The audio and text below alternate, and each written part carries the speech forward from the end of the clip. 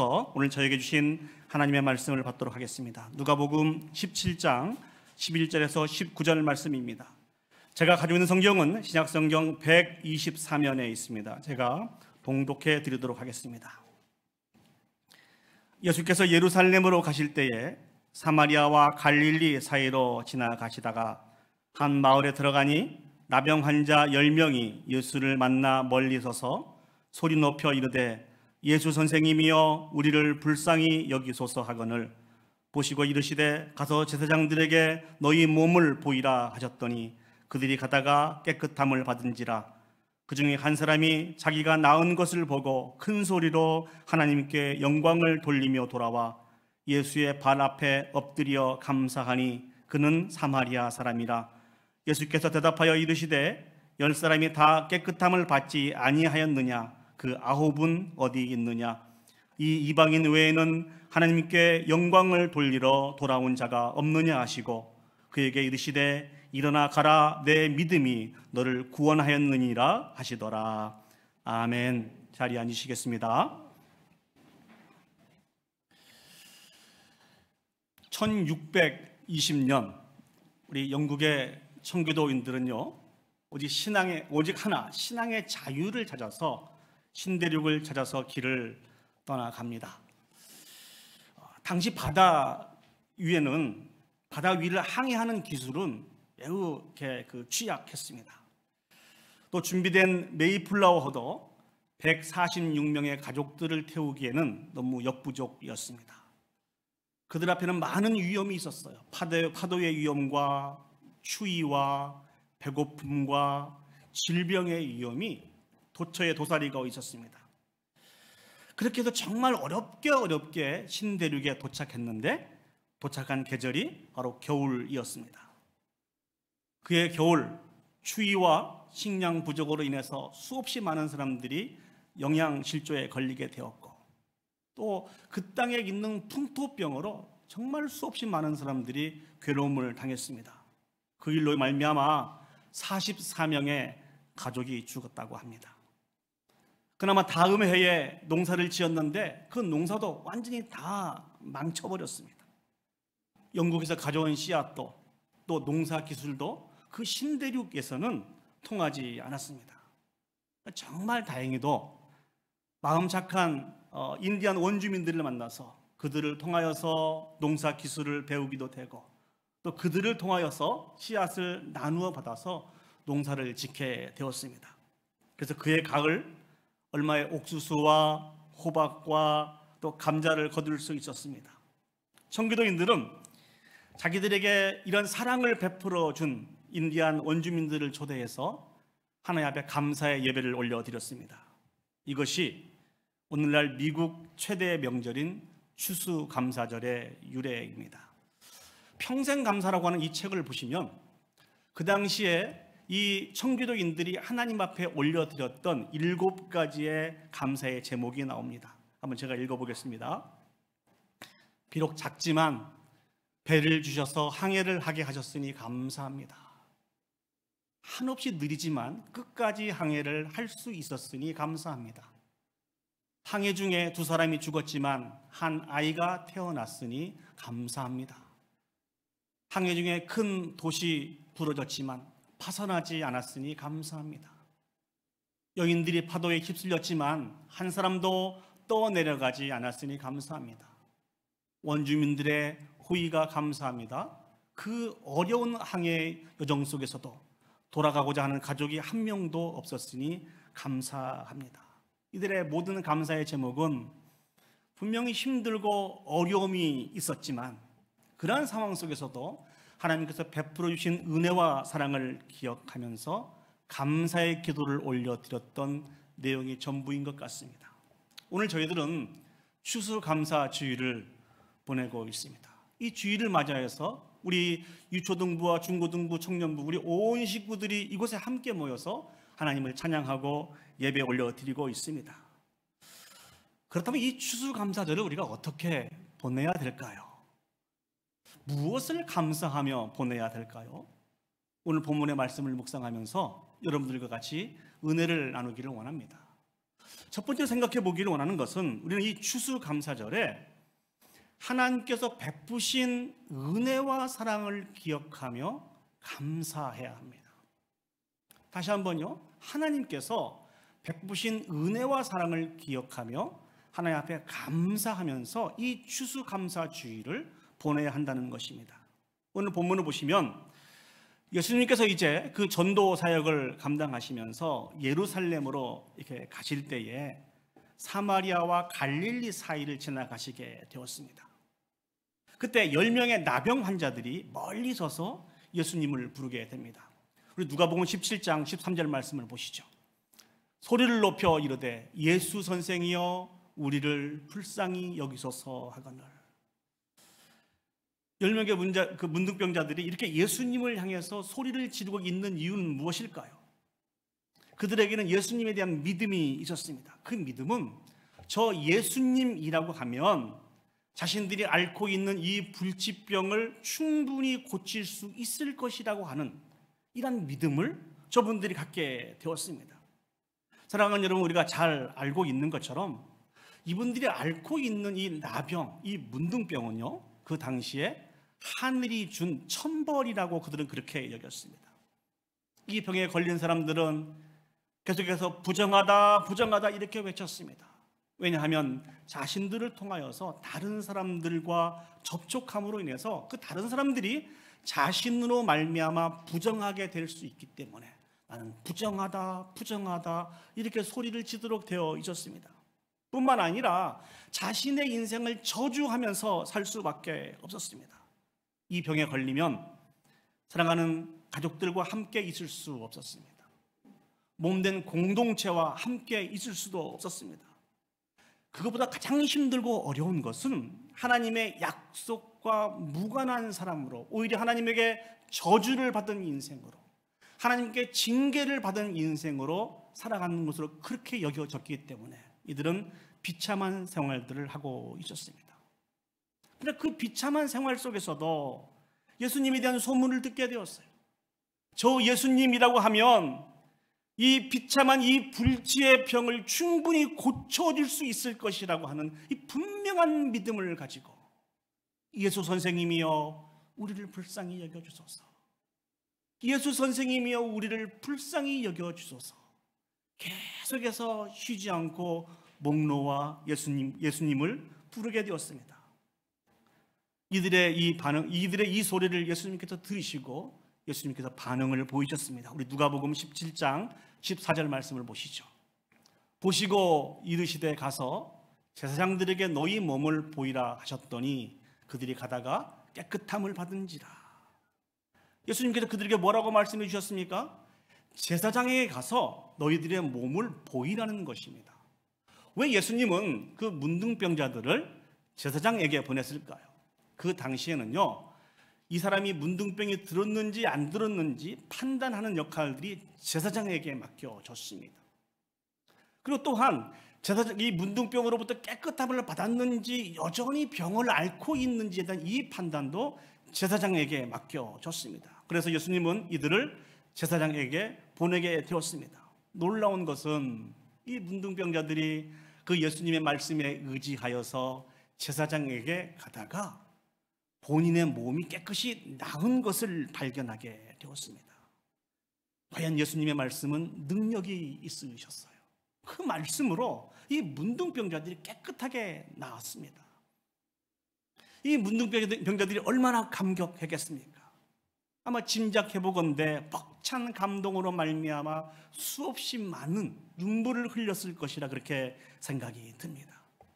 그런데 그들 중에 한 명이 이상한 행동을 합니다. 오늘 누가복음 17장 15절에서 16절 말씀을 보시죠. 그 중에 한 사람이 자기가 나은 것을 보고 큰 소리로 하나님께 영광을 돌리며 돌아와 예수의 발 아래 엎드려 감사하니 그는 사마리아 사람이라. 사랑하는 여러분, 왜 이 한 사람의 행동이 제가 이상한 행동이라고 표현했을까요? 문둥병이 나은 이 사람들에게 있어서 첫 번째 해야 될 중요한 일은 무엇입니까? 빨리 제사장에게 가는 것입니다. 그래서 자기의 몸을 보이고 자기 몸이 깨끗이 나았다고 하는 이 선언을 듣고 그렇게 사랑하는 가족에게 돌아가는 것입니다.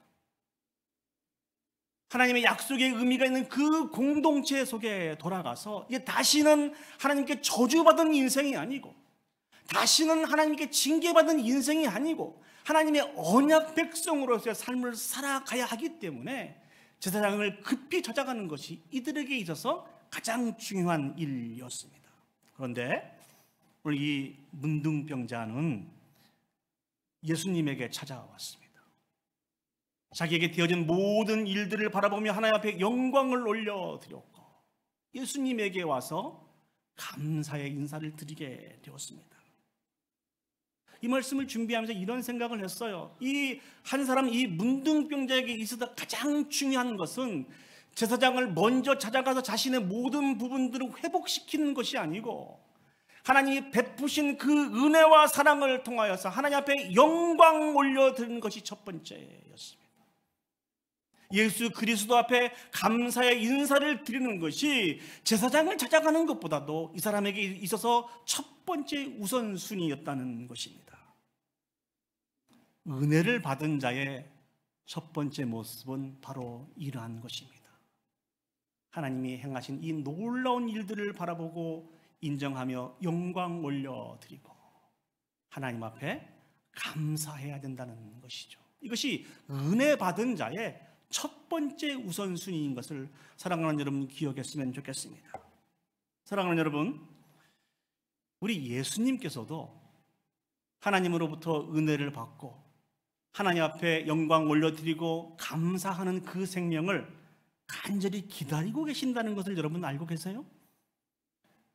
오늘 성경을 보시면 누가복음 17장 17절 말씀을 보시면 예수님의 말씀이 기록이 되어 있습니다. 예수께서 대답하여 이르시되 10사람이 다 깨끗함을 받지 아니하였느냐? 그 9은 어디에 있느냐?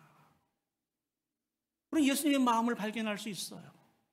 하나님의 은혜를 통하여서 온전한 회복의 역사가 있는 그 사람이 진실된 마음으로 하나님 앞에 영광을 올려드리고 하나님 앞에 나와서 행하신 모든 일로 말미암아 감사의 인사를 드리기를 그렇게 예수님은 기다리고 계신다는 것입니다. 그런 의미에서 저와 여러분들을 기다리고 계시는 분이 우리 예수님이십니다. 그럼 왜 기다리고 계실까요? 감사를 통하여서 하나님이 행하신 모든 일들을 기억하고 고백할 때만이 우리의 인생이 무엇으로 말미암아 살아가는 존재인 것을 발견할 수 있기 때문에 그렇습니다. 예수님이 이 문둥병자들을 기다리시면서 그들에게 기대하였던 것은 베푸신 은혜와 사랑을 통하여서 자기 자신들이 세상에 무엇으로 말미암아 살아가는 존재가 아니고 지금도 살아서 역사하시며 때를 따라 돕는 은혜를 베풀으신 그 하나님으로 말미암아 내가 살아가는 자이구나 라는 것을 이 감사를 통해서 배우고 고백하고 영광 올려드리기를 원하셔서 예수님은 하나님의 은혜를 입은 이 문둥병자들을, 하나님의 은혜를 입은 저와 여러분들을 기다리신다는 것입니다. 그런데 왜 우리는 감당할 수 없는 이 놀라운 은혜와 사랑을 받았으면서도 불구하고 때때로 감사를 잊어버리고 놓치며 살아가는 것일까요? 이 말씀을 준비하면서 두 가지를 생각을 해보았습니다. 그 첫 번째는 죄로 말미암아 악한 사단이 계속해서 우리에게 역사하기 때문에 그렇습니다. 베푸신 은혜와 사랑을 기억하지 못하게 하는 것이죠. 받은 은혜를 기억하지 못하고 영광 올려드리지 못하게 하고 감사하지 못하게 하는 것은 하나님의 역사가 아닙니다. 악한 사단의 역사입니다. 그렇기 때문에 우리는 매 순간순간 하나님의 은혜와 사랑을 기억하면서 감사하는 일들에 최선을 다해야 돼요. 두 번째 이유는 인간적인 모습인데요. 주신 은혜를 은혜로 받아들이지 않는 저와 여러분들의 모습이라는 것이죠. 조금 더 쉽게 표현할 수 있으면 이것은 하나님의 은혜와 사랑이 아닌 내 힘과 능력으로도 감당할 수 있는 것이라고 그렇게 판단하기 때문에 하나님 앞에 영광 올려드리지도 않고 하나님 앞에 감사하지도 않는 것입니다. 어떤 교수님이 한 학생이 이렇게 낸 그 에세이를 소개를 했는데요. 제가 그 내용을 천천히 한번 읽어보겠습니다. 에세이 내용입니다. 한때 감사 일기를 쓰는 기회가 있어서 한 달 동안 매일 감사한 것 3가지를 일기장에 쓴 적이 있었다. 여러분도 그런 기억이 있으시죠? 처음에는 숙제로 생각하고 날마다 특별하게 좋았던 일들에 대해서 감사한다고 적곤했다. 그러면 3가지 경우를 들었어요. 첫 번째는 내게 2번 다시 오지 않을 기회가 왔다거나, 또 큰 사고가 날 뻔했는데 다행히 무사했다거나, 다칠 수 있었는데 다치지 않고 건강했다거나, 큰 선물을 받게 되었을 때 적어도 이 정도는 되어야 감사의 제목이 될 수 있고 내 노트에 감사의 어떤 그 일기를 쓸 수 있는 그런 사항이라고 그렇게 생각을 했다고 합니다. 근데 사랑하는 여러분, 우리가 여러분에게도 그런 숙제를 내서 여러분들이 감사의 노트를 아마 쓰고 계실 줄 믿습니다만, 이렇게 거대한 감사의 제목은 금방 바닥이 나죠. 이게 이 학생이 동일한 고민을 했던 것 같아요. 계속 읽어보겠습니다. 오늘은 특별한 일이 없나 하고 머리를 싸매고 끙끙 앓다가 문득 깨달음을 얻었습니다. 오늘 아침에 내가 눈을 뜬 것부터 감사해야 하는 것이 아닌가 싶은 생각이 들었습니다. 사실 그 전날 잠이 들어 그대로 죽으면 새로운 하루를 맞이하지 못할 것인데, 그 새로운 날을 맞이했다고 하는 그 자체가 감사의 제목이 될 수 있습니다. 이런 생각을 하다 보니까 감사할 일이 차고 넘쳤습니다. 여러분의 생각은 어떠신가요? 이 에세이를 낸 이 학생과 똑같은 생각을 갖고 있지 않습니까? 따지고 보면요, 우리의 힘과 능력으로 할 수 있는 일들은 거의 없는 것 같아요. 우리는 그만큼 크고 놀랍고 위대한 존재가 아닙니다. 어제 토요일날 저희들이 예배를 드리고 또 기도회를 마치고 우리 그 남아 계신 분들과 대화를 하면서 그런 대화를 잠깐 했어요. 이 땅에 동물과 식물로 나눈다고 하면은 인간만큼 연약한 존재가 없는 것 같다라고 하는 그런 이야기를 했습니다. 그렇지 않습니까? 다른 동물에 비해서 인간만큼 연약한 존재가 없다는 것이죠. 우리의 힘과 능력으로 감당할 수 있는 일이 거의 없다는 것입니다. 한 예를 들어 보겠습니다. 시편 128편을 보시면 우리가 잘 아는 말씀이 기록이 되어 있습니다. 시편 128편 1절과 2절 말씀을 보시겠습니다. 여호와를 경외하며 그 길을 걷는 자마다 복이 있도다. 내가 내 손이 수고한 대로 먹을 것이라. 내가 복되고 형통하리로다. 이 시편 128편 1절과 2절 말씀은 여호와를 경외하는 자가 받는 복에 대해서 기록이 되어 있습니다. 근데 2절 말씀을 다시 보시면 내 손이 수고한 대로 먹을 것이라. 내가 복되고 형통하리로다. 여러분에게 질문 하나 드려볼게요. 우리가 수고한 만큼 그 열매를 얻는 것이 이게 하나님의 복입니까? 당연한 것입니까? 우리 성가대원들에게 한번 물어볼까요? 내가 수고한 만큼 열매를 얻는 것이 이게 당연한 것입니까? 하나님의 축복입니까? 감사합니다. 하나님의 축복입니다. 예, 우리가 일할 수 있는 직장을 주신 분도 하나님이시고요, 그 직장에서 열심히 일할 수 있는 지혜와 능력과 힘을 주시는 분도 하나님이십니다. 또 그 직장에서 최선을 다해서 일을 해서 열매를 맺게 해주시는 분도 하나님이시라는 것입니다. 우리의 힘과 능력으로 할 수 있는 일들이 아무것도 없어요. 결코 이 땅에 당연한 일은 없습니다. 매 순간순간 도우시고 지키시고 인도하시는 하나님의 능력과 그 축복으로 말미암아 우리가 이 풍성하고 아름다운 열매를 맺고 살아간다는 것입니다. 이 귀한 진리를 기억하시고 매 순간순간 하나님을 인정하시고 하나님 앞에 영광 올려드릴 수 있는 저와 여러분들이 되시기를 예수님의 이름으로 축복합니다.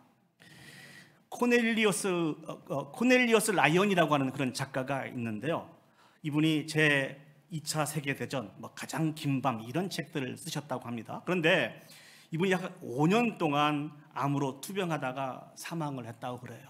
그런데 이분은 매 순간순간 그렇게 힘들고 어려운 고통을 겪는 순간에도 아침에 일어나서 하시던 일들이 감격스럽게 감사의 기도를 올려드리는 일이라고 합니다. 정말 감사합니다. 정말 감사합니다. 그럴 때 사랑하는 아내가 그렇게 물어보았대요. 무엇이 그렇게 감사합니까? 나에게는 감사한 이유가 5가지가 있습니다. 그러면서 이렇게 소개를 했다고 합니다. 첫 번째, 사랑하는 당신을 다시 볼 수 있기 때문이요. 가족들의 음성을 들을 수 있기 때문이요. 병들어 눕기 전에 작품을 다 탈구한 것 때문이요. 네 번째요, 병마와 싸울 힘을 주신 하나님께 감사하고, 무엇보다도 감사한 것은 주님이 지금 나와 가까운 곳에 계시다는 사실이요 라고 이렇게 이야기했다고 합니다. 이 모든 것이 결코 당연한 것이 아니라는 것입니다. 하나님의 은혜와 하나님의 사랑이고, 우리가 충분히 하나님 앞에 올려드려야 되는 감사의 제목이라는 것을 사랑하는 여러분 기억했으면 좋겠습니다. 우리가 또 하나 생각해 볼 수 있는 것은 우리 데살로니가전서 5장 16절에서 18절 말씀을 보시죠. 데살로니가전서 5장 16절에서 18절 말씀 보시면, 항상 기뻐하라, 쉬지 말고 기도하라, 범사에 감사하라, 이것이 그리스도 예수 안에서 너희를 향하신 하나님의 뜻이라.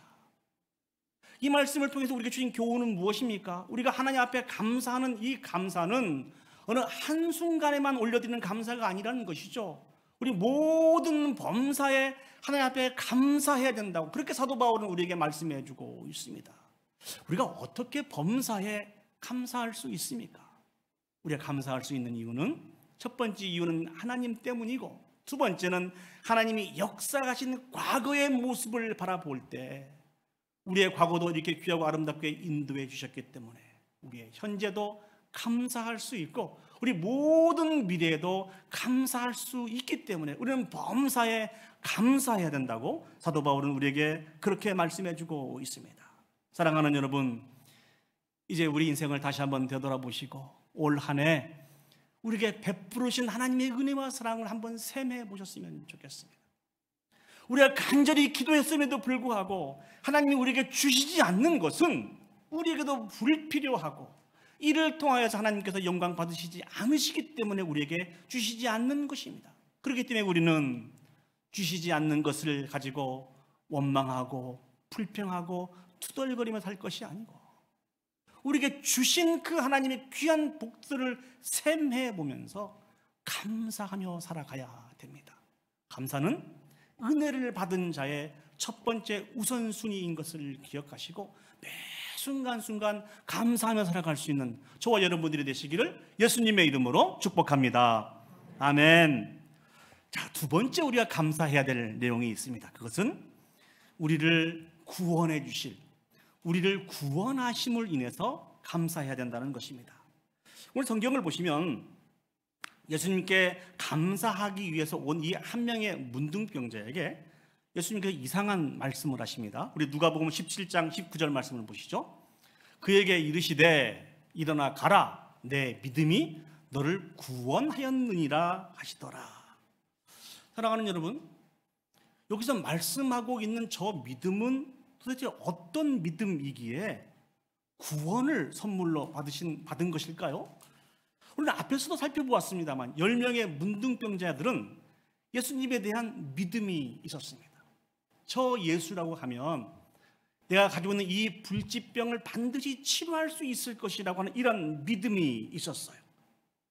그래서 예수님을 소리 높여 예수님을 부르게 되고 예수님의 말씀에 순종하여서 제사장에게 가다가 그들의 몸이 깨끗하게 되었습니다. 이 일이 너무 감사하여서 10명 중 1명의 문둥병자가 예수님에게 와서 하나님께 영광을 올려드리고 예수님께 감사의 말씀을 드렸어요. 그랬더니 구원을 선물로 받았습니다. 사랑하는 여러분, 이것이 좀 이상하지 않습니까? 베푸신 은혜를 기억하며 예수님에게 감사의 기도를 올려드렸을 때 우리가 구원을 얻나요? 이것이 구원 얻는 바른 믿음인가요? 그렇지 않다는 것입니다. 우리가 구원 얻는 바른 믿음은 어떤 믿음입니까? 예수 그리스도께서 우리의 모든 죄를 다 짊어지시고 십자가에서 물과 피를 다 쏟으셔 죽으심으로 우리의 죄의 문제를 해결하심을 믿었을 때 그 믿음으로 우리가 구원을 얻는 것이라는 것이죠. 오늘 본문처럼 예수님이 문둥병자를 고칠 수 있다고 하는 그 일로 말미암아 그 믿음으로 우리가 구원을 얻는 것이 아니라는 것이죠. 그렇다고 한다면 도대체 저 문둥병자는 어떠한 믿음을 가지고 있었기에 예수님으로부터 구원을 선물 받을 수 있었을까요? 학자들의 의견을 종합해 보면 이 문둥병자는 문둥병을 알면서 자신의 비참한 몸 상태를 확인하면서 하나님 앞에서 죄인으로 살아가고 있는 죄로 말미암아 비참한 자신의 모습을 발견하게 되었다는 것입니다. 그래도 자신의 문둥병을 치료해 주실 수 있는 유일한 분이 예수 그리스도인 것처럼 죄인으로 말미암아 비참한 인생을 살아가고 있는 나 자신을 구원해 줄 수 있는 유일한 구원자가 예수 그리스도인 것을 발견하고, 예수 선생님이시여 나를 불쌍히 여겨 주옵소서, 예수 선생님이시여 나를 불쌍히 여겨 주옵소서 라고 믿음을 가지고 예수 그리스도 앞에 나가게 되었다는 것입니다. 결론적으로 말씀드리면 이 한 명의 문둥병자가 예수님 앞에 나와서 감사한 것은 두 가지 제목 때문에 그렇습니다. 그 첫 번째는 자신의 문둥병을 온전히 치료해 주셔서 너무너무 감사하고, 두 번째는 죄로 말미암아 죽을 수밖에 없는 자신의 이 비참한 인생을 죄를 사해 주심으로 말미암아 구원해 주셨기 때문에 이 구원의 은혜가 너무 귀하고 감격스러워서 예수 그리스도 앞에 나와서 감사의 인사를 드리고 있는 것입니다. 자, 그럼 퀴즈를 드릴게요. 첫 번째 감사의 조건이 더 중요할까요? 두 번째 감사의 조건이 더 중요한 것일까요? 문둥병을 치료받는 것이 더 중요한 것일까요? 구원의 은혜를 받아 누리는 것이 더 중요한 것일까요? 1번입니까? 2번입니까? 제가 이 설교를 준비하면서 이런 생각을 했어요. 이 문둥병자는 비록 자신의 문둥병이 치료되지 않았다 할지라도, 자신의 죄악이 예수 그리스도의 보배로운 피로 말미암아 깨끗이 씻어지고 구원을 얻었다고 하는 이 한 가지 사실만으로도 예수님 앞에 나와서 감사의 기도를 올려 드렸을 것이라는 것이죠. 여러분 어떻습니까? 여러분 어떻게 생각하십니까? 여러분들도 이 문둥병자와 같은 그런 위치에 있다고 한다면 여러분의 문둥병자, 여러분의 문둥병, 여러분이 가지고 있는 모든 문제가 해결되지 않았다 할지라도 예수 그리스도를 믿음으로 말미암아 구원 얻었다고 하는 이 사실 하나만으로도 하나님 앞에 감사할 수 있습니까? 아멘. 감사할 수 있어야 된다는 것이죠. 우리가 이 땅에서 앓고 있는 문둥병은 저 천국에 가면은요 다 치료되고 회복되게 되어 있습니다. 그러나 우리가 이 땅에 살면서 예수 그리스도를 진실로 만나지 못하고 바른 신앙의 고백을 올려드리지 못하면 하나님이 우리를 위해서 준비해 놓으신 저 영원한 천국에 갈 수 없고 다 지옥 갈 수밖에 없다는 것이죠. 그렇기 때문에 우리가 구원 얻었다고 하는 이 놀라운 사실들을 계속해서 묵상하고 감격하고 감사하고 영광을 올려드려야 합니다. 그런 저 여러분들이 되었으면 좋겠습니다. 설교를 준비하면서 우리 옥하는 목사님의 책을 잠깐 보았는데요, 그 내용을 한번 읽어드리면서 설교를 좀 정리하도록 하겠습니다. 우리가 구원받았다는 것이 무엇을 의미하는지 압니까? 우리는 절대로 실패자의 삶을 살 수 없다는 것을 이야기합니다. 어떤 처지에 있든지 어떠한 인생을 살다가 가든지 우리는 절대로 실패자가 될 수 없습니다. 하나님을 영화롭게 하는 모든 삶은 성공자의 삶이요 승리자의 삶입니다. 우리가 구원받았다는 것은 영원한 주인공이요 사죄의 주인공이요 성공의 주인공이 되었음을 말합니다. 그 다음이 매우 중요해요. 이러한 황홀한 선물을 받았는데 우리 마음에 감격이 없다면 어딘가 병이 드는 것입니다. 내가 받은 이 놀라운 구원의 은혜를 남에게 이야기하기를 좋아하지 않는 것은 어디가 고장난 것입니다. 얼마나 강한 메시지인지 모르겠습니다. 간절히 소망합니다. 우리가 구원받았다고 하는 이 사실들을 꼭 기억하고 더욱더 깊게 묵상함으로 말미암아 하나님 앞에 감사와 찬양과 영광을 올려드리셨으면 좋겠습니다. 로마서 8장 32절 말씀 보시면 자기 아들을 아끼지 아니하시고 우리 모든 사람을 위하여 내어주신 이가 어찌 그 아들과 함께 모든 것을 우리에게 주시지 않겠느냐. 이 말씀은 저희들이 매 순간순간 암송하고 같이 묵상했던 말씀이죠. 우리가 비록 이 땅에서 형통하지 못하고 평탄하지 못한 삶을 살아간다 할지라도 예수 그리스도께서 우리를 위해서 큰 일들을 행하셨고 예수 그리스도께서 우리를 구원하셨기 때문에 이 땅에서 필요한 모든 부분들을 다 채우시고 지키시고 인도해 주실 것이라는 것이죠. 앞이 캄캄하고 사방에 우겨쌈을 당하여서 나의 도움이 어디서 올까 고민하고 있는 사랑하는 여러분들, 예수 그리스도께서 우리를 구원하신 그 구원의 은혜를 기억하셨으면 좋겠습니다. 그러면 우리는 회복될 수 있어요.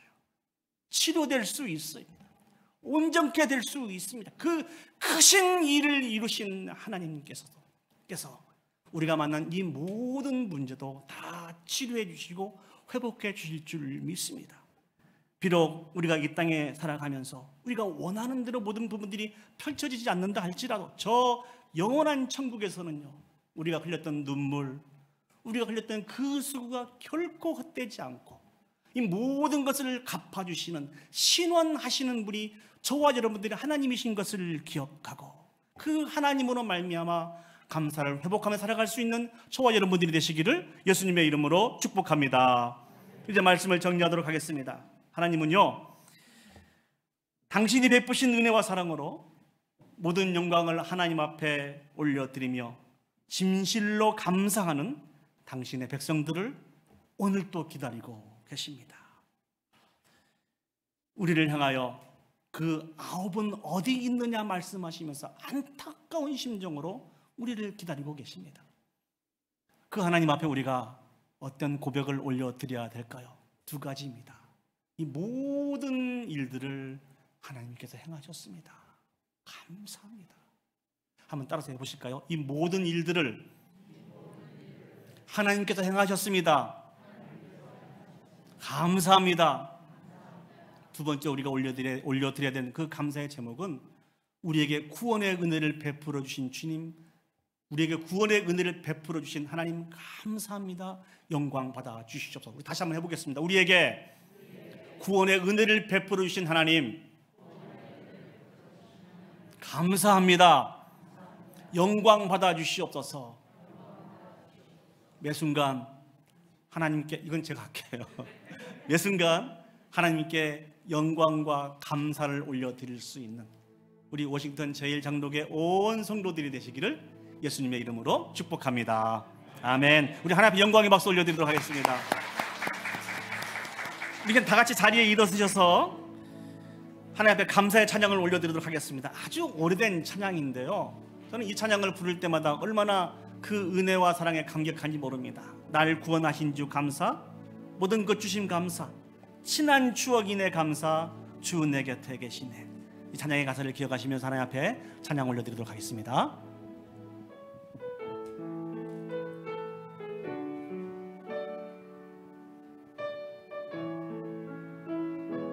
날 구원하신 주 감사, 모든 것 주신 감사, 지난 추억이 내 감사, 주 내 곁에 계시네.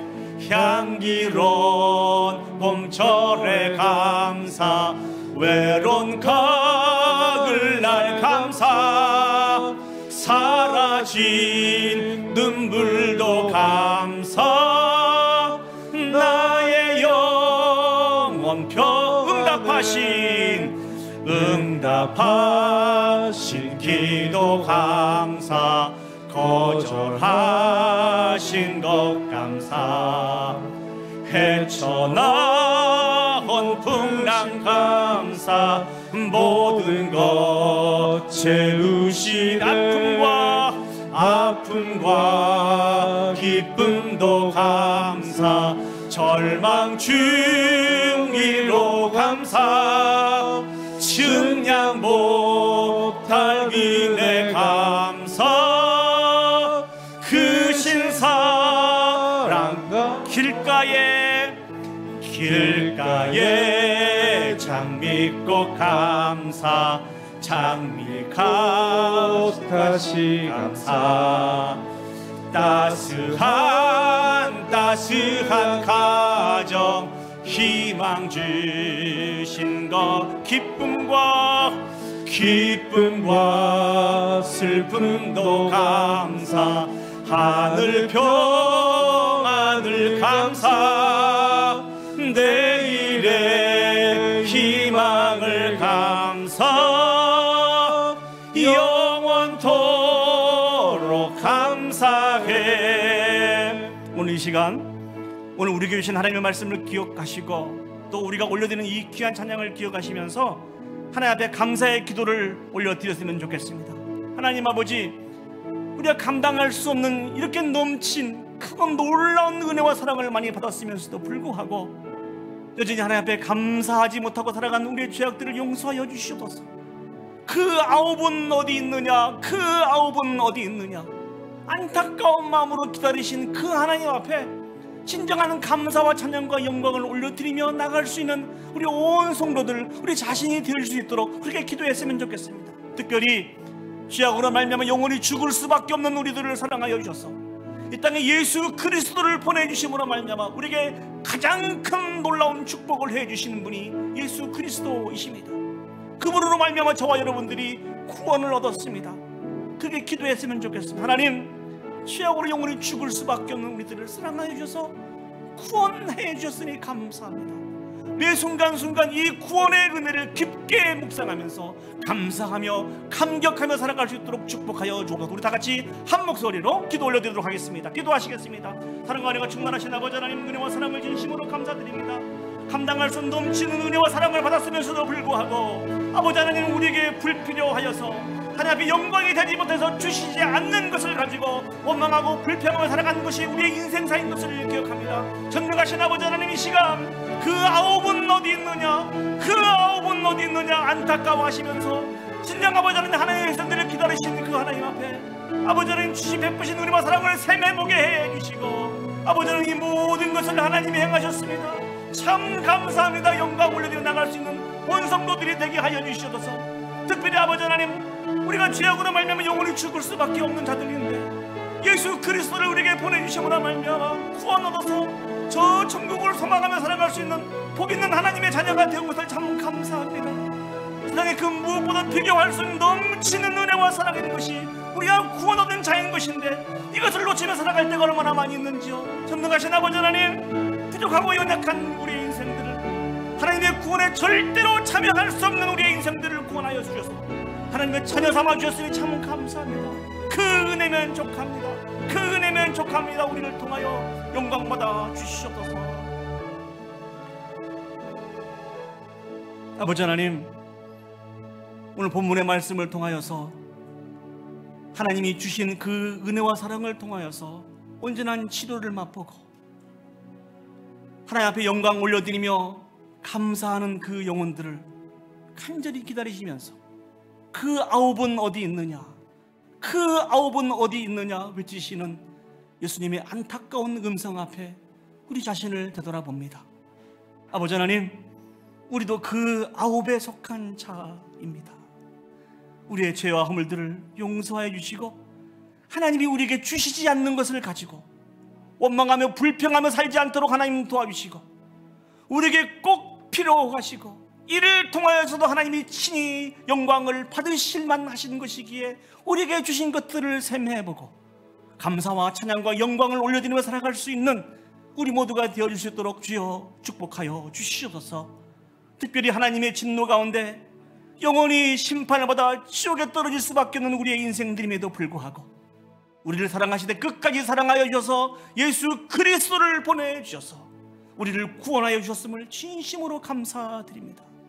이것이 우리가 주님으로부터 받은 가장 크고 놀라운 축복임에도 불구하고 아버지는 이 귀한 것을 손에 붙잡고 좌우를 살피며 살았던 우리의 인생들을 용서해 주시고 우리에게 구원의 은혜를 베푸르신 그 하나님의 은혜를 다시 한번 깊게 묵상하고 세상에서 우리가 형통하지 못하고 평탄하지 못한다 할지라도 이 귀한 진리 한 가지 사실만으로 인해서 감사합니다.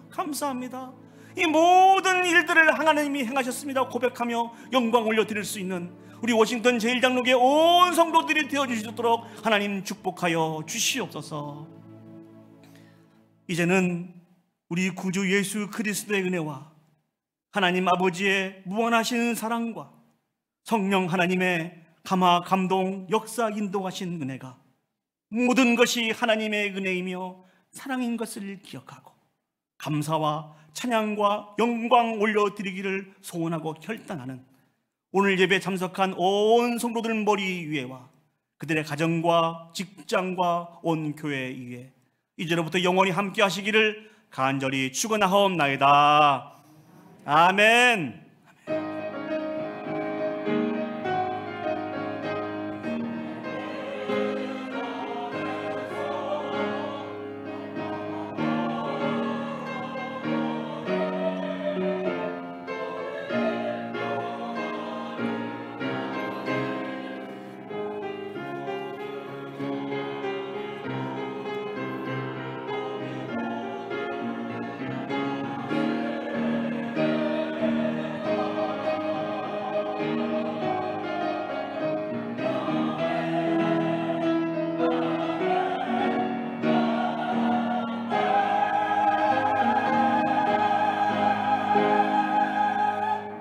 우리 하나님 앞에 영광의 박수 올리도록 하겠습니다.